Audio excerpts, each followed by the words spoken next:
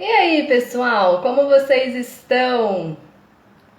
Espero que bem, animados e ansiosos para a live de hoje, mais um episódio da série Desaprendendo com Exemplo.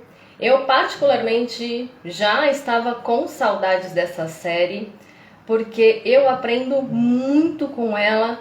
Se você esteve aqui nos episódios anteriores, viu um monte de tema, um monte de gente legal passando por aqui, conversas incríveis. E hoje a gente tem mais uma delas, né? E eu aprendo muito, eu digo, com essa série, porque é interessante essa via das piores práticas, né, gente? As piores práticas, eu acho que elas ajudam a gente a tomar consciência, a perceber uma série de vícios que a gente carrega, inclusive na arte da comunicação, que a gente vem explorando aqui, né, em vários episódios, e também é o nosso foco hoje. E a gente precisa tomar consciência de tudo isso para que aí sim a gente consiga aprender novas referências, né? E eu acho que essa premissa ela é particularmente verdadeira na arte da escrita, que é o universo da nossa conversa de hoje. Como é difícil desaprender esses padrões que a gente carrega, né, gente, na escrita, uma vez que você aprende de uma forma. Tô vendo aqui que já tem um pessoalzinho entrando. Bruno, oi Bruno, quanto tempo? O Wagner, que eu sei que não ia perder jamais, meu convidado já tá aqui, já vou chamar o Sérgio para entrar aqui comigo. A Cris, que legal, gente, ter vocês aqui. E é isso, né? Estamos juntos nesse barco, acho que mesmo os grandes escritores passaram por isso, né? Por um processo aí de muitos anos de aprendizado, com muitos erros. Então, nós não estamos sozinhos nessa, né? A escrita, ela é uma arte sim, mas acho que todos nós temos a chance de aprender a ser mais autênticos na comunicação escrita, certo? Deixa eu chamar então o meu convidado de hoje, que é não só um grande professor, Sérgio Vilas Boas. Sérgio, venha se juntar a mim. Olá, um abraço a todos. Ah, Silvia. ainda não te vejo, mas acho que é uma questão de conexão. E agora? Pessoal, vocês veem o Sérgio? Digam aí pra mim. Eu te vejo. Tati. Você me vê, Sérgio? Perfeitamente. Jura? Será que é a minha conexão? Não Pessoal, sei. digam aí pra mim. Ah, agora entrou pra mim. Boa, o pessoal também já tá te vendo. Que bom. E aí? Que bom falar com você. Obrigado pelo convite. Nossa, obrigada a você por estar aqui com a gente. Que legal te ter aqui. É um prazer falar com você. O que eu faço com essa responsabilidade de te entrevistar, Sérgio? Mas não acho que é uma grande responsabilidade. É um bate-papo informal, normal. Sim. Já fez. Ah, mas eu fico muito feliz, ó, pessoal. E eu sei quem já tá aqui, tem um monte de gente entrando. Vocês, claro, né, já devem conhecer o Sérgio, mas o Sérgio é um dos maiores especialistas em escrita no Brasil, né, de ficção e não ficção. Doutor, né, em biografias pela ECA, vencedor do Prêmio Jabuti. E é o criador e editor, né, hoje do site Repensando Atitudes, e como o próprio Sérgio diz, aborda as dores e as delícias de sermos como somos, né? E, gente, não é da boca para fora que eu falo isso, que é uma grande responsabilidade, viu? Já disse para você mesmo, né, Sérgio, que você foi um dos maiores professores que eu já tive, muito do que eu aprendi de escrita foi com você, e eu sei que tem muita gente aqui que compartilha dessa história comigo. Muito obrigado. Eu tive realmente grandes alunos e você foi um deles. Ai, que delícia. Valeu. Bom, vamos lá para o nosso papo? Vamos nessa. Estou pronto. Então, legal. Vocês que já estão aqui com a gente, pessoal, mande a sua pergunta aí para o Sérgio, tá? Vou ficar atento aqui nos comentários. Mas olha, como a gente está falando da arte de escrita, né? Eu acho que é sempre legal a gente lembrar, né, Sérgio, que nós somos profissionais, né, de escrita, a gente sabe disso, e a gente sabe, claro, que escrever é uma arte, mas também é uma profissão como qualquer outra, né? É uma atividade como qualquer outra, que requer busca por conhecimento, requer disciplina, um compromisso com o que você está fazendo, cumprimento de prazos, né? Isso não só para gente que trabalha com conteúdo, mas acho que para qualquer pessoa que tem algum projeto profissional que envolva manter um blog, manter-se ativo nas mídias sociais, né? Não é uma questão só de inspiração, enfim, vamos ver, né? Vamos começar a produzir e ver o que vai dar. Então, eu queria que você começasse contando um pouco como é o seu processo, né? E aí a gente pode considerar, acho que o seu projeto atual, né? Do Repensando Atitudes, Aham. desde a escolha das abordagens de foco, até mesmo como você começa e como você conduz esse seu processo de criação mesmo. Ok.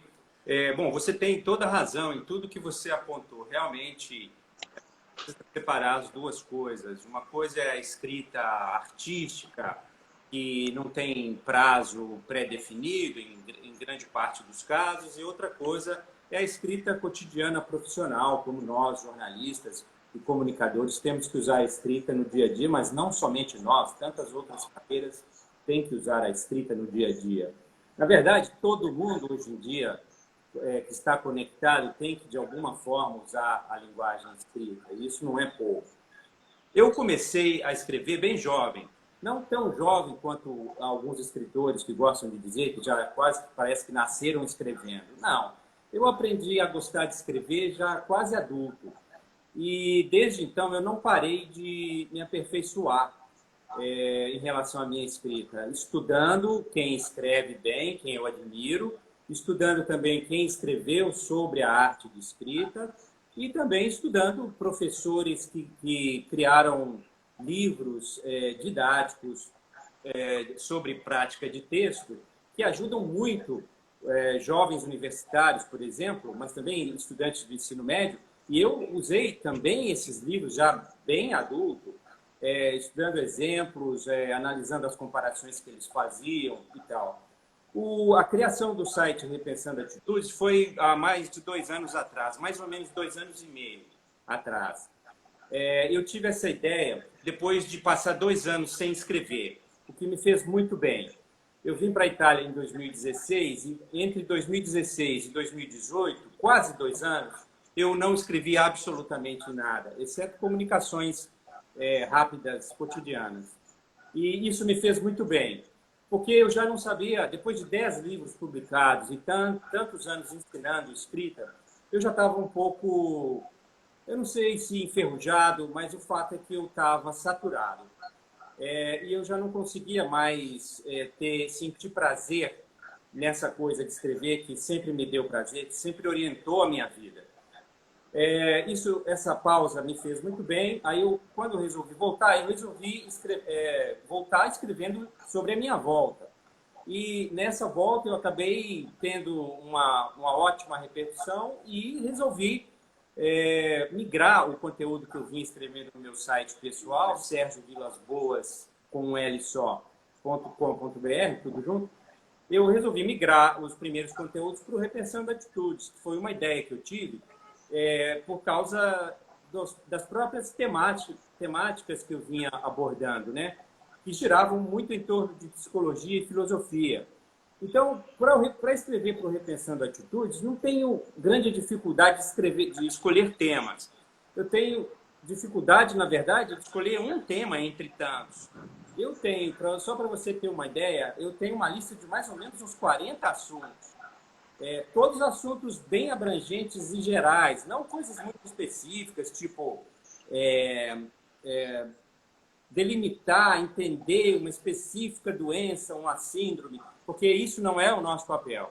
O papel do Repensando Atitudes é trazer reflexões sobre a vida, sobre o viver, reflexões sobre autoconhecimento e sobre modos de pensar com mais clareza e agir com mais segurança. Então, os assuntos que eu escolho, em geral, giram em torno de temáticas bem amplas, tipo, eu já tenho alguns textos escritos que sairão nos próximos dias, que um é o medo do fracasso, o outro é a inveja, o outro é a competição.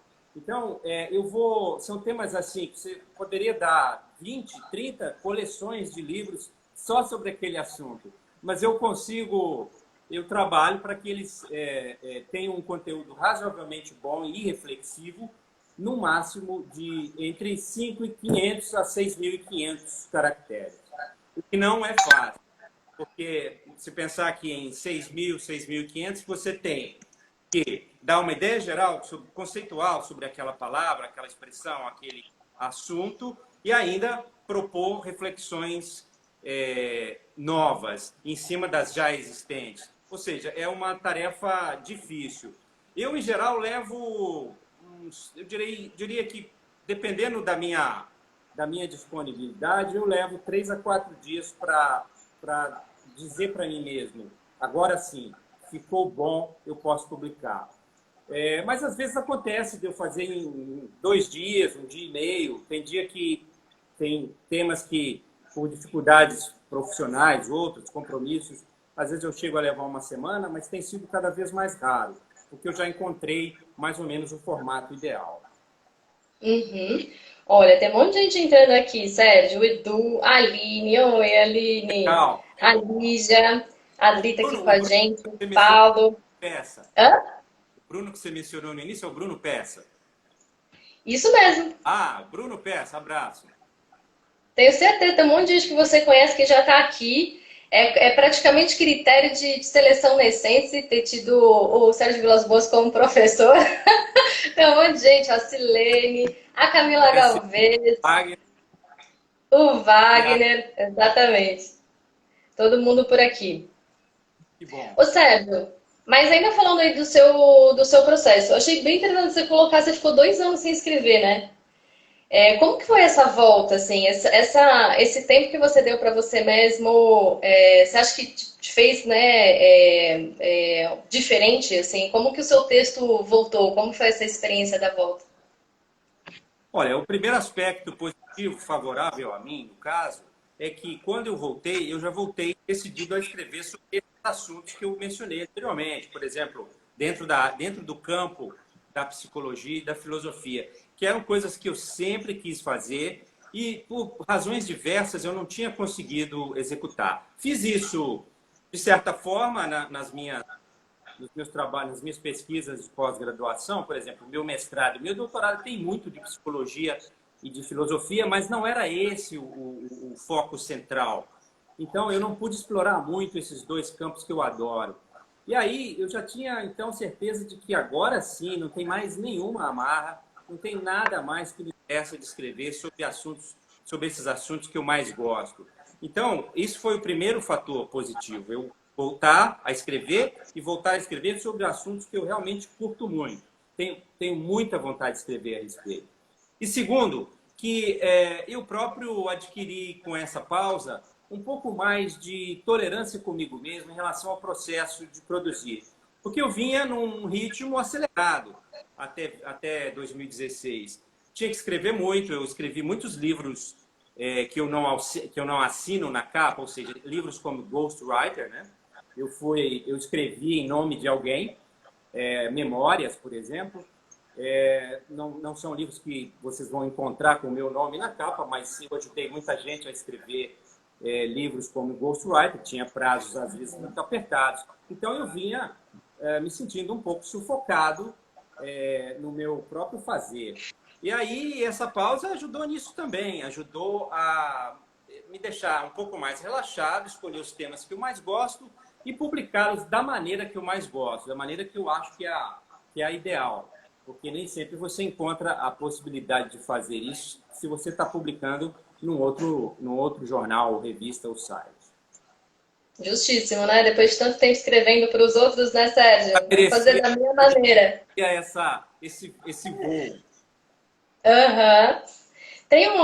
Você falou que o seu texto, né, pode até chegar a passar 2, 3 dias, 4 dias, né, maturando aquilo até você chegar numa versão final. E acho que tem uma questão para gente que é profissional da escrita, mas acho que para quem também não é e tem que fazer uso da escrita de alguma maneira, que é de como deve funcionar esse processo. Eu Eu gosto muito de livros técnicos sobre escrita, mas eu acho que o único escritor que eu já ouvi falar que começa e sem saber para onde vai, sem planejamento, eu acho que foi o Stephen King. Eu não me lembro de outro escritor que tenha dito isso, né?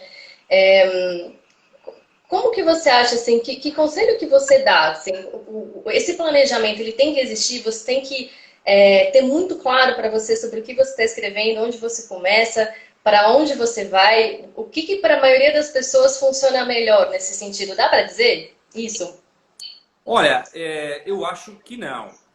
Já que o projeto que você conduz, que resulta nessas lives, se chama Desaprendendo com Exemplo, eu diria já um exemplo que eu posso te dar de uma coisa com a qual eu não aprendi absolutamente nada e não me fez nada bem, que é essa de que no meio entre escritores a gente chama de escrita de explosão, que é a escrita de sentar e deixar explodir, deixar a coisa fluir do modo como ela vier. Isso nunca, jamais deu certo para mim. Eu nunca obtive bons resultados desse tipo de experiência. Então, você lembra que a gente fazia exercícios no curso de pós-graduação, que você também cursou, exercícios de escrita rápida e tal? Eu faço, tento, mas aquilo para mim não funciona. Por quê? Eu acho que, primeiramente, porque eu tenho um perfil já realmente de planejador. Então, eu gosto, e eu não sou aquele tipo que conta o tempo de escrita como o tempo em que eu fiquei sentado diante do teclado. Para mim, o tempo da escrita é aquilo. A hora que eu falei para mim mesmo que eu vou escrever sobre a inveja, já começou. Então, eu vou elaborando isso dentro de mim, o que eu já sei a respeito disso, o que eu já li, obras que eu assisti de ficção, de não ficção, que tocam no tema inveja. Eu entro na internet, faço umas buscas, tomo nota de algumas coisas, salvo algumas páginas que eu acho legais e tal. E aí, quando eu realmente sento para escrever, eu já tenho bem claro aonde eu quero chegar.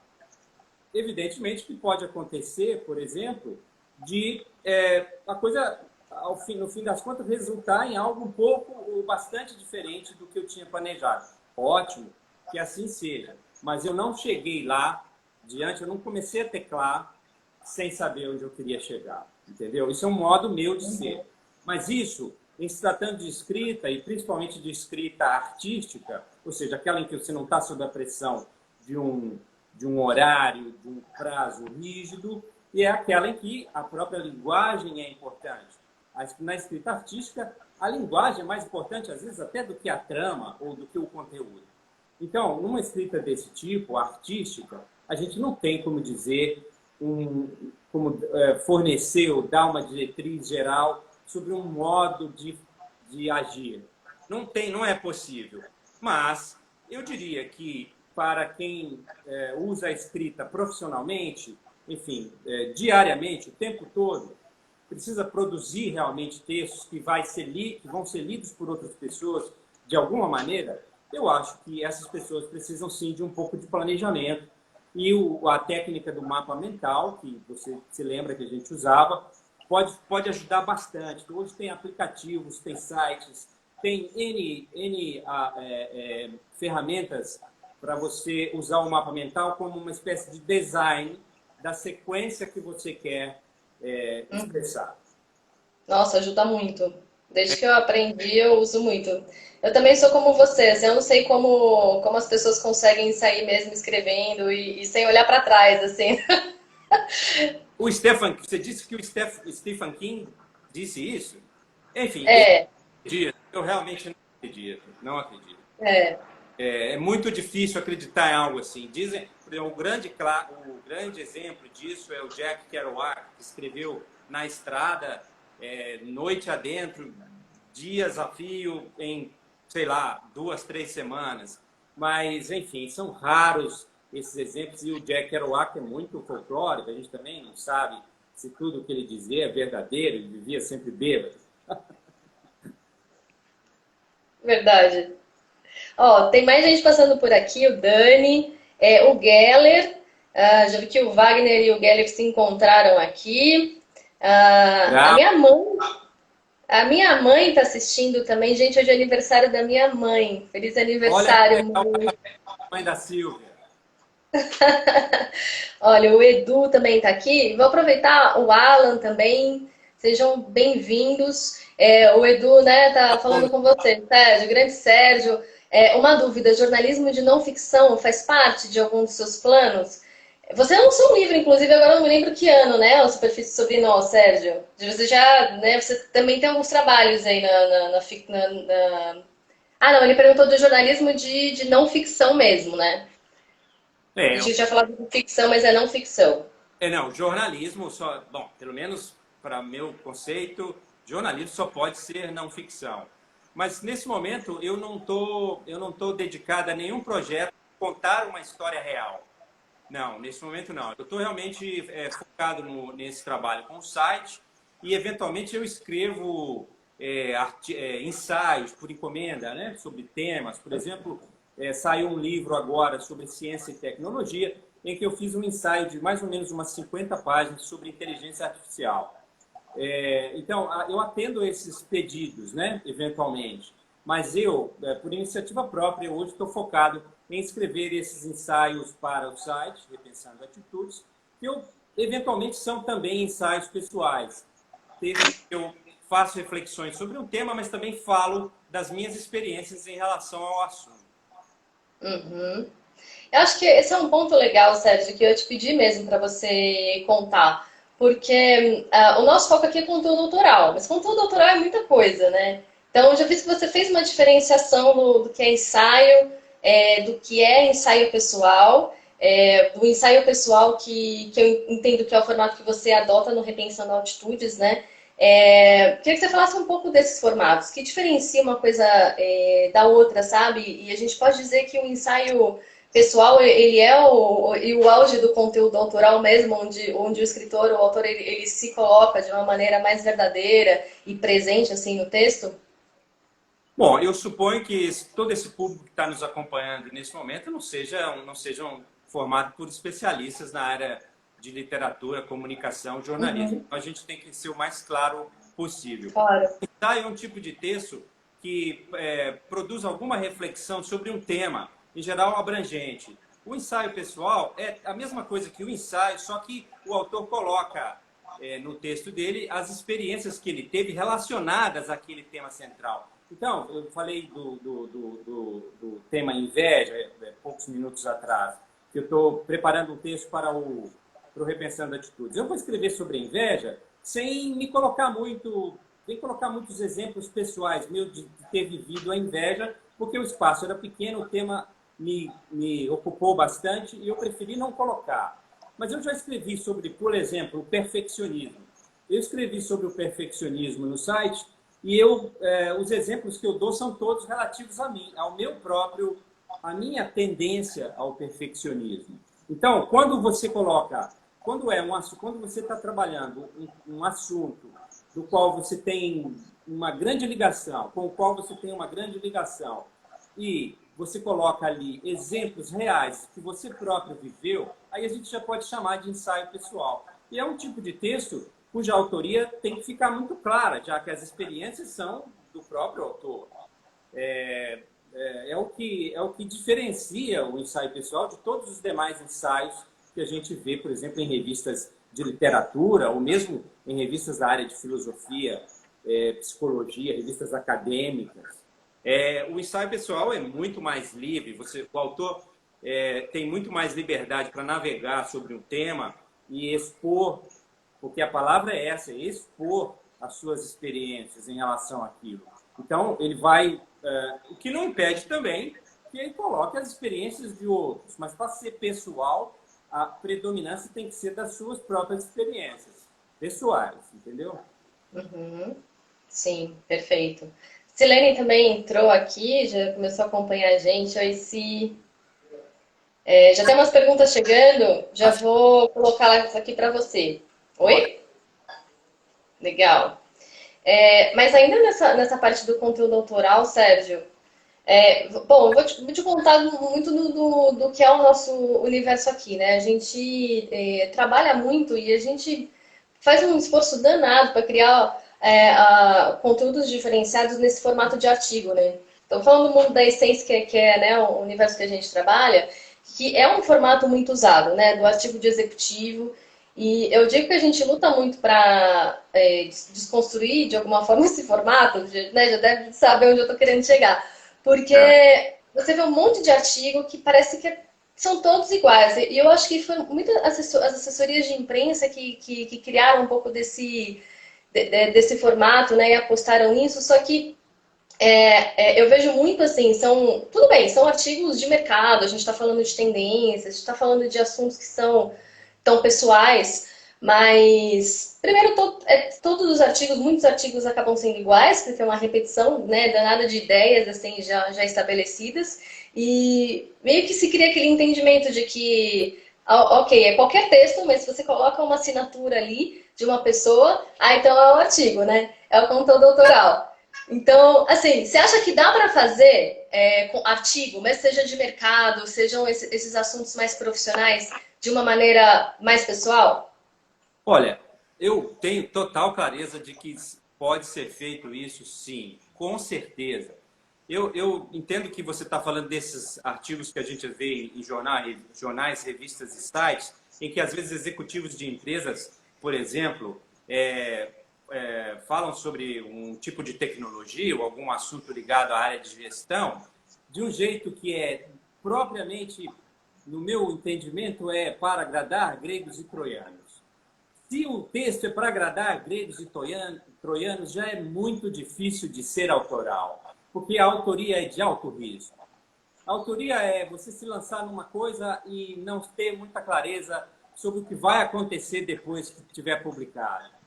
Quer dizer, você pode até trabalhar dentro de um universo em que você tem alguma segurança, mas a autoria é de risco. A autoria gera controvérsia, gera debate, gera discussão. Mesmo que ela conduza a uma unanimidade, ela movimenta o pensamento. Esses textos aos quais você se referiu, produzidos às vezes por ghostwriters, na verdade, assessores, funcionários, empresas contratadas, etc. Esses textos, na verdade, a maioria dos que eu já vi, pelo menos já li, são de pouca utilidade, porque, na verdade, nem precisariam ser assinados.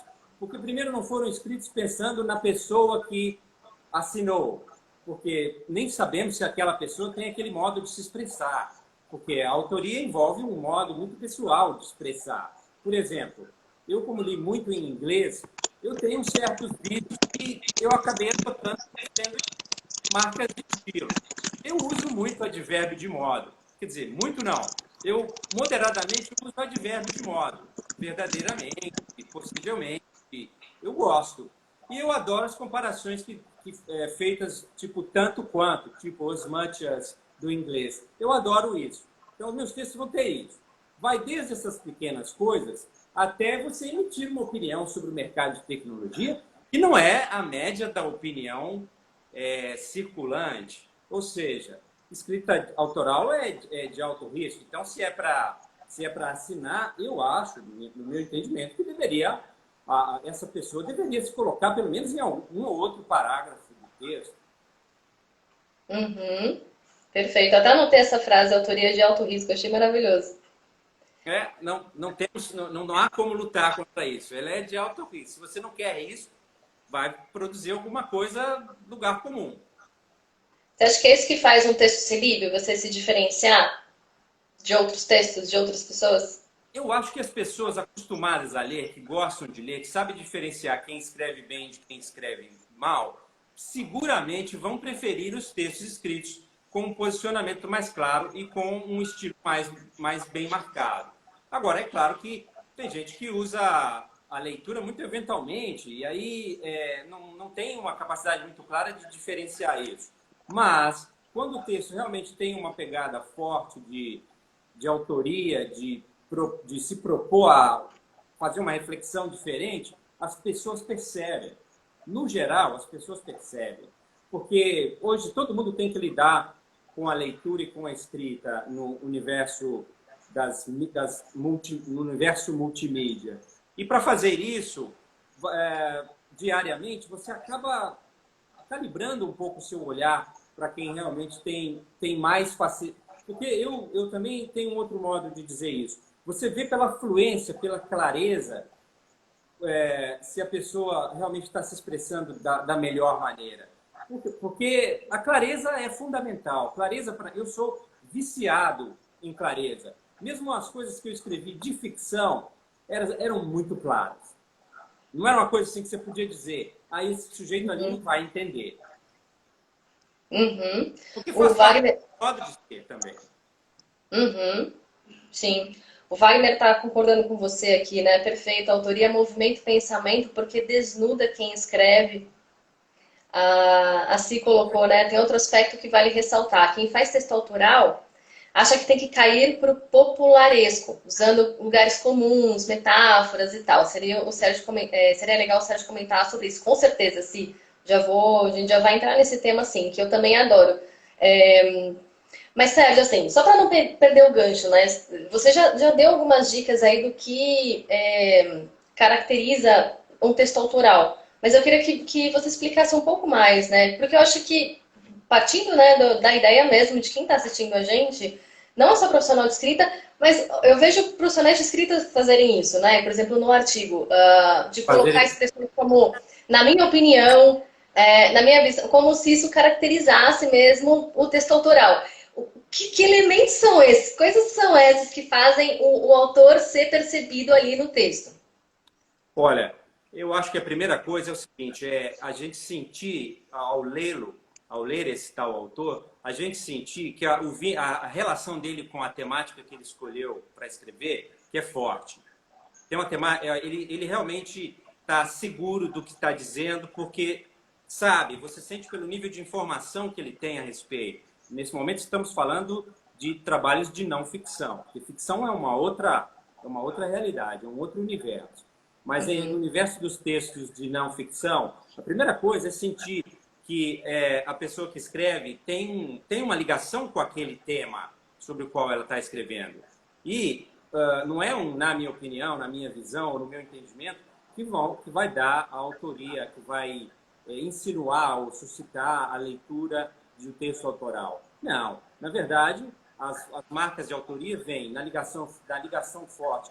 Muitas coisas derivam disso, mas são duas coisas. É a ligação forte do autor com o tema que ele escolheu escrever e a linguagem que ele empregou para expressar aquilo que ele queria expressar. Isso pode ser expresso de tantas maneiras que a gente não tem como enumerar aqui em poucos minutos. Mas a gente percebe a autoria, na verdade, é quando tem ou uma visão um pouco diferente da média, ou um modo de construir as frases diferente da média, diferente do padrão, ou uma ordem. Começar pelo final, por exemplo, pode ser um traço de estilo, ou fazer a minha mente pensar de maneira inversa. Por exemplo, isso pode ser uma marca autoral. Depende muito. Mas a autoria, na verdade, Silvio e todos, na verdade, a autoria não se constrói com um texto. Quem dera se fosse. Quer dizer, eu ainda estou me debatendo um pouco com isso em 30 anos de carreira, né? Escrevendo o tempo inteiro. Eu ainda estou me debatendo com isso. Eu próprio, às vezes, leio textos meus em que eu não me vejo plenamente neles. Por várias razões. Uma delas, porque eu tive pouco tempo, porque o tema não me pegou tanto, porque às vezes não foi nem escolhido por mim, foi uma coisa que eu aceitei fazer, porque eu precisava. Enfim, tem N contextos que podem facilitar ou dificultar a produção de um texto. Mas, na verdade, a autoria é construída depois de muitos textos.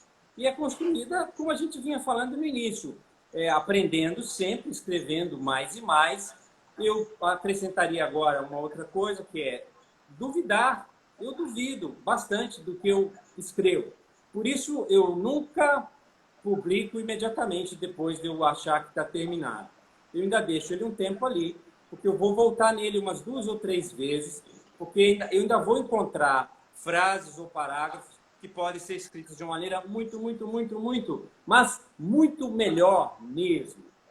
Mas fica muito melhor. Vamos supor que eu tenha 5 dias para entregar um texto para uma revista. por exemplo, e eu termino ele no terceiro dia. Eu não entrego, eu deixo ele. E eu vou, pouco a pouco, de tempos em tempos, eu vou fazer outras coisas, volto nele. E cada vez que eu volto nele, eu melhoro. Se for preciso fazer isso até o último minuto, eu faço. Deu a hora de entregar, entrego. Porque eu sou um tipo tendente ao perfeccionismo, mas que não fica segurando a cria. Eu libero. Chega um momento em que eu libero, mas eu uso todo o tempo que eu tiver. Todo. Por isso eu nunca termino já na hora de entregar. E eu acho que eu construí com meus clientes, meus relacionamentos, eu construí uma boa reputação de nunca ter atrasado um prazo. Uhum. A pressa de entregar é inimiga da qualidade do texto, né, Sérgio? A pressa de entregar e aquela fantasia de que vou deixar lá para a hora, vou pegar e vai ser moleza. Toda vez que eu pensei assim, eu me enrolei todo e passei 1000 apertos. Essa ideia de que, não, eu chego... Ah, puta, isso aí, já escrevi sobre isso 10 vezes. Não, tem 5 dias, 5 dias. Vou lá no quarto dia, fim da tarde, depois que eu tiver liberado tudo que eu tinha para fazer, que eu vou começar. Não, eu não trato assim. Mesmo que eu conheça o assunto, eu começo do começo e vou construindo aquilo tijolo por tijolo. Eu sou bem formiguinha nesse aspecto. Uhum. Que legal, várias dicas incríveis. O Wagner fez uma pergunta, é engraçado, né? Porque se não tivesse aqui, se eu não conseguisse ver quem fez a pergunta, eu teria certeza que foi o Wagner que fez essa pergunta. Por quê? Sérgio, o que costuma. Pelo jeito que o Wagner escreve também. O Wagner tem uma Wagner identidade também que Tiro, é muito fácil de identificar. Eu acho que eu falei em cima de você, desculpa. Não, eu digo, ao que parece, o Wagner tem um estilo que já começa a se insinuar. Exato. Ó, ele te perguntou: o que costuma ser mais importante para o artista das palavras? Traduzir-se a si mesmo ou traduzir o mundo à sua volta? Pô, olha, agora que a gente entra no mundo, no universo da arte de escrever, né? A escrita como arte, sem prazo, sem pressão, ou seja, tudo é meu processo, meu tudo. Olha, eu não vejo diferença de grau entre uma coisa e outra, entre traduzir o mundo que nos circunda e traduzir até a nossa própria personalidade. São duas coisas mega complicadas de fazer. E que, quando feitas juntas, ou seja, você querer dar, conseguir transmitir um entendimento de si mesmo e do mundo no mesmo texto é ainda mais difícil. Então, eu não vejo uma diferença de grau. Acho que é muito difícil escrever também em primeira pessoa, porque em primeira pessoa é muito mais fácil de errar. É muito mais fácil de errar a mão. É muito mais fácil, o excesso aparece sempre mais nos textos em primeira pessoa. E, de tempos em tempos, a gente tem modismos, né? Quer dizer, tem uma década, eu diria que essa última década, de 2010, 2019, eu diria que eu diria até mais, que de 2000 a 2019 houve uma espécie de modismo da chamada autoficção, que era escrever, criar, inventar histórias baseadas na própria experiência, na experiência pessoal. E aí, muitas obras saíram, direi, bem realizadas nesse âmbito, mas muitas saíram muito ruins no meu entendimento. Por quê? Porque pecaram pelo excesso, porque não souberam se separar, porque não souberam que, além do entendimento, eu não consigo entender a mim mesmo fora do mundo. Não são coisas separáveis. Eu só consigo me entender dentro do mesmo mundo sobre o qual eu estou escrevendo. Então, as duas coisas têm que andar juntas, na minha visão. É o que eu, pelo menos, tento fazer. Fazer com que elas andem juntas. E desde o início aqui, desde que nós começamos essa live, na verdade, a gente está falando sempre, quase que de uma mesma coisa, que é a dosagem. O maior problema é sempre a dosagem. Quanto de mim, quanto que eu devo colocar de pesquisa, quanto eu devo colocar, quanto. Esse quanto tempo eu tenho, tem sempre envolve sempre um senso de proporção, uma dosagem, que aí sim a arte, com o tempo, vai amadurecendo a gente e a gente vai sabendo lidar cada vez à medida que o tempo passa, você vai sendo mais capaz de lidar com mais variáveis, eu diria assim. Essa dosagem a gente conquista com maturidade, então, Sérgio. Com maturidade. Com Com tempo. maturidade. Claro que não é só isso. Você que gosta de livros técnicos, eu também. Eu li muito sobre a arte da ficção, por exemplo. Eu não estava nem pensando tanto em eu ser escritor de ficção, mas eu estava extraindo visões dos escritores que inventam coisas para eu transpor também para o universo da não ficção, onde a gente trabalha, você sabe disso, com pessoas reais, lugares reais, situações reais. Mas eu lia muito sobre isso porque existe uma interface grande entre esses dois campos no que se refere à linguagem. No que se refere à linguagem, quem trabalha com não ficção só não é permitido inventar, mas tudo mais é possível. Uhum, muito legal. Quero voltar a uma menção que você fez, né, e que a Si também está insistindo aqui, também que é um tema que ela quer ouvir, que é a originalidade, mas eu acho que tem nisso uma questão de encontrar autenticidade, mas tem uma questão técnica que envolve esse uso de clichês, né, Sérgio? Eu acho isso um fenômeno. Você falou, né, eu sou fissurado por clareza, né, do texto. E eu sou louca com clichê, assim. Eu sou a louca do clichê. A pessoa que trabalha comigo na Essence sabe disso. Isso não quer dizer que eu não esteja sujeita a eles. Eu também faço. Mas eu acho um fenômeno, porque eu tô falando de pessoas que são profissionais de escrita. Quando a gente vê, a gente está usando não só termos coloquiais, né, populares que a gente usa na linguagem falada, mas o próprio jornalista tem umas estruturas de frase, né, de fragmentos, que são modelos, que são padrões que a gente simplesmente vai repetindo. Você acha que o clichê ele é um dos maiores inimigos mesmo do texto? Olha, eu acho que o clichê tem que ser combatido como a gente combate insetos. O clichê é como um pernilongo que fica zumbindo no ouvido, porque ele significa várias coisas, na verdade. Ele denota falta de recursos, né? Acreditar que clichês do tipo a esperança é a última que morre é realmente assim, que a vida é realmente assim. Eu escreveria 10 teses com o título A Esperança é a Última que Morre, e todas te fariam pensar diferente sobre isso. Então, essa falsa certeza de que o clichê nos ampara, ou seja, nos dá segurança de que estamos falando uma coisa que é realmente indiscutível, é o primeiro dos erros. Porque, na verdade, você está usando uma linguagem desgastada para dizer algo que você não está dizendo, na verdade. Para não dizer nada. Porque, a menos que você... Não estou dizendo que não possa ser usado. O clichê também tem sua função, desde que fique claro que eu sabia que era um clichê. Então, eu, às vezes, uso alguns clichês, eu coloco risos entre parênteses logo depois, ou eu ponho aquilo entre aspas.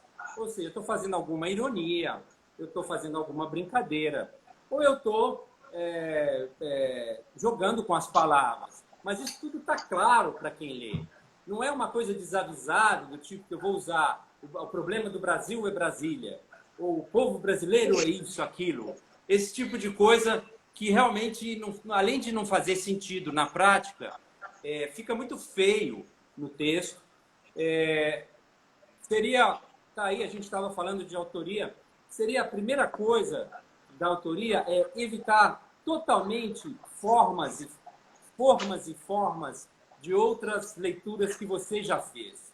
Não precisa ir muito longe, não. Se o seu repertório vai até o nível X, ótimo. Então, até dentro do seu nível X de repertório de leitura, você não seria capaz de escrever um pensamento, construir uma frase de uma maneira diferente para dizer a mesma coisa que você já viu outros dizerem? Não é possível. É claro que isso tudo é uma questão de se dedicar um pouco mais e de estar um pouco mais atento. Claro que quem produz textos profissionalmente e industrialmente, ou seja, tem que fazer vários toda hora, é claro que a gente tem que encontrar, eu não chamaria de formas, mas a gente tem que encontrar alguns esquemas de produção para facilitar a pressão do tempo, para lidar com a pressão do tempo, porque também não tem jeito, não é que vai ser criativo no nível máximo em qualquer circunstância. Isso é humanamente impossível. A gente, às vezes, tem situações em que você precisa realmente ter um esquema seu, ainda que só seu, e mental, para poder produzir aquilo. Às vezes, você repete muito aquilo ali. Eu, por exemplo, fico muito incomodado com as minhas repetições. Muito. Eu me vejo repetindo um modo de agir, um modo de pensar, um modo de escrever, um modo de construir. Aquilo já começa a me incomodar. Por quê? Porque, para mim, a escrita é uma forma de me desafiar. Então, eu me sinto desafiado quando eu estou aprendendo alguma coisa nova, quando eu estou experimentando alguma coisa nova. Ou quando eu tô, esse novo, às vezes, nem é o estilo a escolha em si das palavras, mas é porque eu peguei um tema que não estão falando por aí, por exemplo. Então, não é só a linguagem, é também a escolha, né? As escolhas que a gente faz.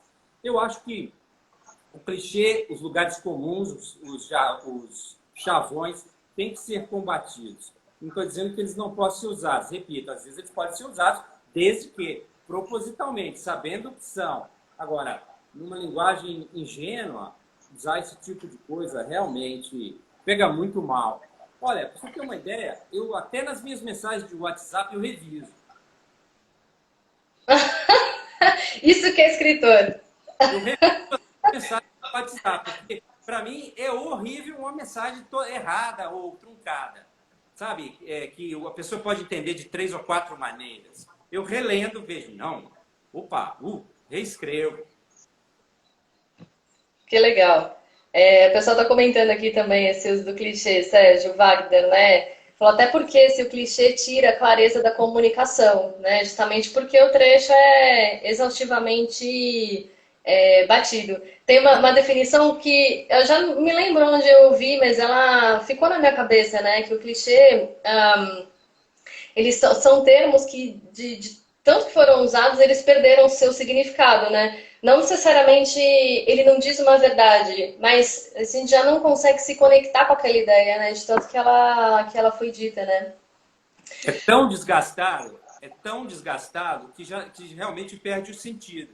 Então, quando a gente lê alguma coisa desse tipo, a gente fala, mas por que isso está aqui? Porque nem mesmo, não ajuda nem mesmo a sustentar o que vinha antes, e muito menos ao que vem depois. Então, não tem sentido usar clichês inadvertidamente. Uhum. A Adri também colocou aqui, eu sou apegadinha aos clichês. É verdade, até peço desculpas no próximo texto quando eu uso. Ela usa e pede desculpas no texto para quem vai editar. É maravilhoso. Ah, É é? tipo a muleta da muleta. Muito bom. Bom, tem mais um monte de gente aqui passando por aqui, Sérgio, para te ouvir. A Zélia, Montenegro. Vamos aproveitar mais esses últimos 10 minutinhos aí de live, antes que o Instagram encerre aí o nosso tempo de Antes última que hora. corte a gente. Ô Sérgio, mas essa coisa de identificar o clichê, né? Porque às vezes isso não é muito claro, né? O clichê, essas metáforas que as pessoas usam repetitivamente.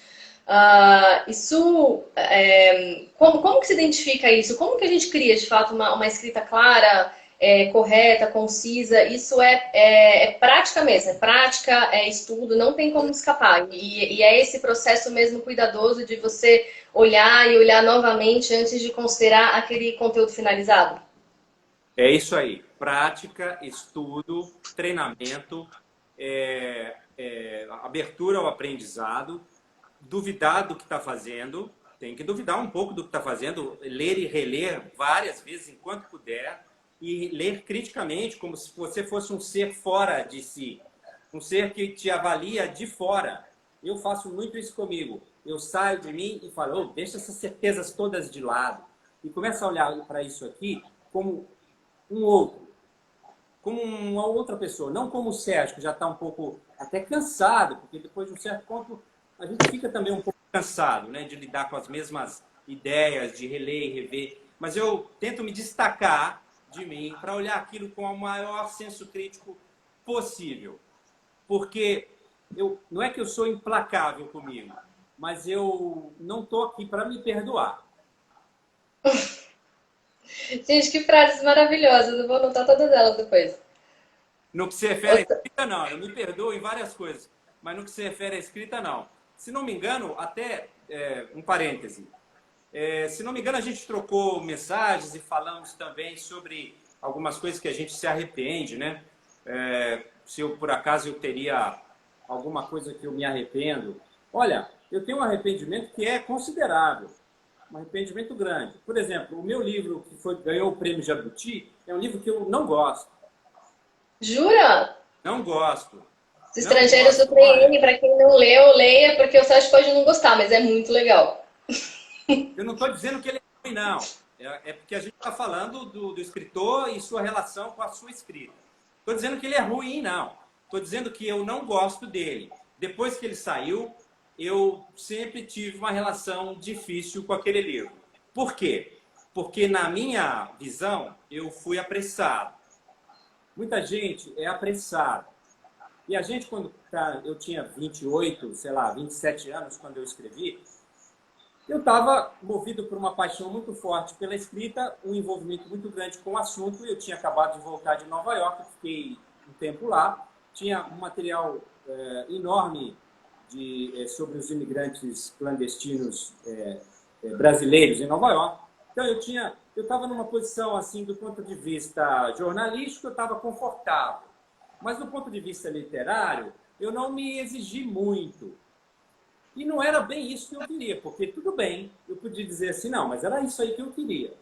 Eu queria que as minhas pesquisas me ajudassem a resultar num texto claro que trafegasse ali, meio entre o ensaio e a reportagem, entre a ficção e a não ficção. Beleza, mas não era bem isso que eu queria.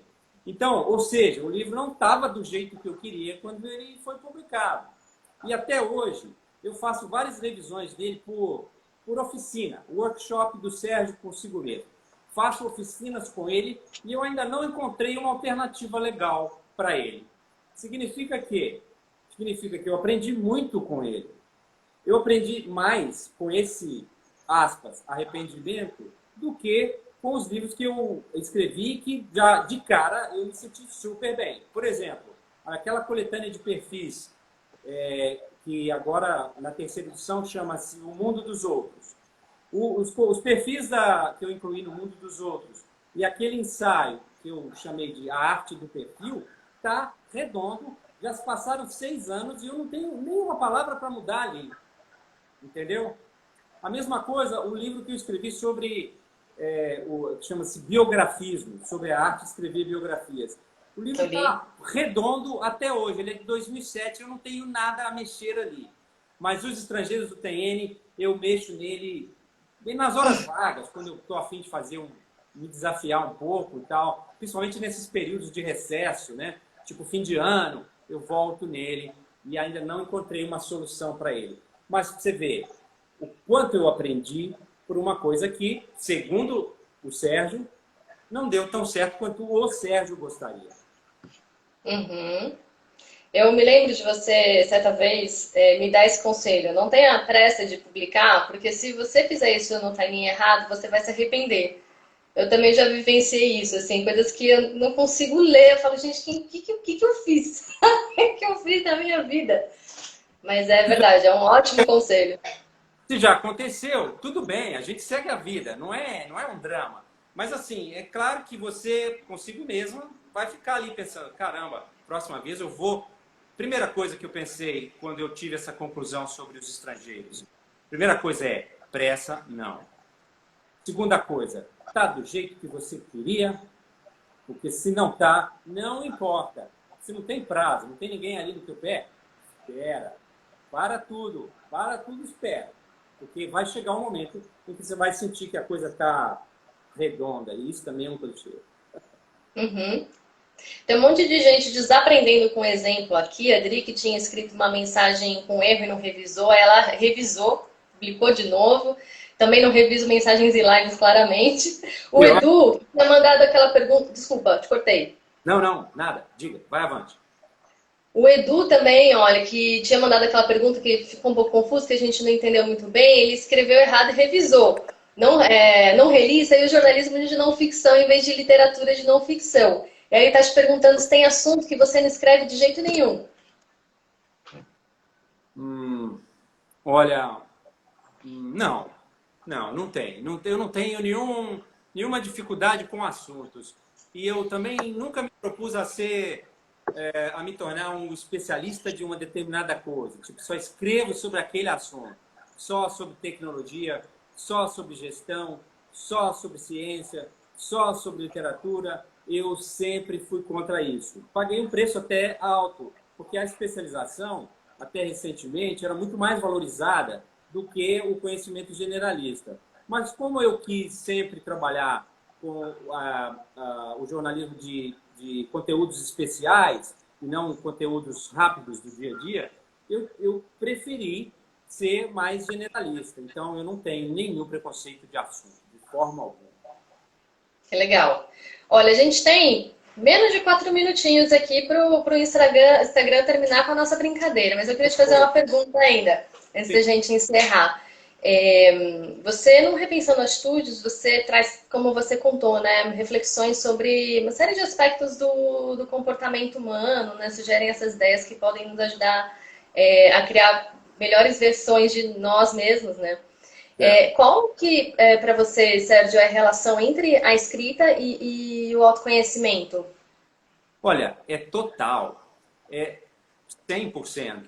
A escrita é muito melhor quanto maior é o autoconhecimento do autor. Isso para mim ficou claro na minha experiência pessoal. E ao escutar, ouvir, porque participei de muitos debates, troco muitas mensagens com escritores, nunca vi ninguém falar que essas duas coisas não estão diretamente relacionadas. Elas são umbilicais. O meu autoconhecimento, por exemplo, o aperfeiçoamento do meu próprio autoconhecimento produz resultados positivos na minha escrita. E o aperfeiçoamento da minha escrita produz resultados no meu autoconhecimento. Ou seja, é uma via de mão dupla muito legal, porque realmente é muito fluente o processo. E aí você começa a se ver sobre vários aspectos, e não apenas como na faceta escritor, ou na faceta jornalista, ou na faceta autor de textos para site. Ou seja, você começa a se ver sobre um aspecto mais amplo. O autoconhecimento é isso. É você ser capaz de olhar a si mesmo em circunstâncias muito diversas. E a escrita é isso. É ser capaz de escrever sobre coisas diversas das circunstâncias mais diversas. Às vezes muito favoráveis, às vezes completamente desfavoráveis. Que legal. Olha, ninguém queria terminar, viu, Sérgio? Nem que todo mal. O Bruno falando, façam mais lives assim, a gente faz, viu, Bruno? Fica ligado aqui, de repente a gente faz uma segunda edição aí com o Sérgio. A Adri falando pro Instagram estragar nossa live maravilhosa, que deveria durar mais de 3 dias. A Cida também falando, live importante. Sérgio sempre contribui, parabéns. Obrigado. E é verdade. E infelizmente eu vou começando a encerrar o nosso papo de hoje, que realmente poderia durar muito mais. Acho que eu botei um pouquinho a saudade das aulas incríveis que a gente tinha com você, Sérgio. Olha, esteja mais presente, a gente sente muito a sua falta. Fico feliz de ouvir isso, fico feliz de ouvir isso. Eu gostava E muito de vocês também. E muito obrigada por ter passado essa hora com a gente, por ter disponibilizado o seu tempo mesmo. Quem sabe, uma hora qualquer, aí a gente toma um café aí na Itália, não vejo a hora de voltar para aí. Pois é. Aqui está um pouco complicado para aceitar brasileiros, porque os brasileiros continuam, se não me engano, na lista dos países que não entram na Itália. Mas, enfim, isso muda muito. Fica atenta aí. Uhum. Todo mundo te agradecendo aqui, então aproveito em nome de todo mundo para te dizer muito obrigada, Sérgio. Você é incrível, foi muito gostoso esse papo com você. Obrigada mesmo. Eu que agradeço o convite, tudo de bom para vocês. Valeu. Essa live vai ficar aqui gravada, pessoal. Se você não viu inteira, se quer compartilhar com os amigos, vai ficar aqui no IGTV do Instagram, tá bom? E a gente se vê na próxima. Semana que vem também tem Desaprendendo com Exemplo.